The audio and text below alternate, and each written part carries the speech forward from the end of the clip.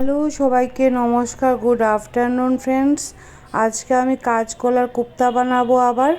আপনারা আমার সাথে থাকুন, কারণ রান্নাটা অনেক রকমের হয় তো, তাই আমি আজকে অন্য ধরনের করব। সবগুলো কাঁচকলা কেটে নিলাম, তারপর আমি টমেটোটাকেও কেটে নিলাম। আর এখন আমি চালের গুঁড়ো দিয়েছি, বেসন দিয়েছি, মরিচের গুঁড়ো, লবণ, হলদি দিয়ে তেলের মধ্যে ভেজে নিলাম। আমার কলার বড়াটা হয়ে গেল, কারণ ভীষণ খেতে স্বাদ লাগে এইভাবে। কলার কোপ্তাটা অন্য অন্য ধরনেরও হয়, আমি আবার আজকে এইভাবে বানিয়ে নিলাম। সম্বাসটা দিয়ে দিলাম, তেজপাতা, পাঁচফোড়ন, শুকনো লঙ্কা আর টমেটো দিয়ে, জিরার গুঁড়ো দিয়ে, মরিচের গুঁড়ো দিয়ে নাড়িয়ে নিলাম। তারপর আমার কোপ্তাটা হয়ে গেল। বলো আজকে কি কি মেনু করেছি বলো।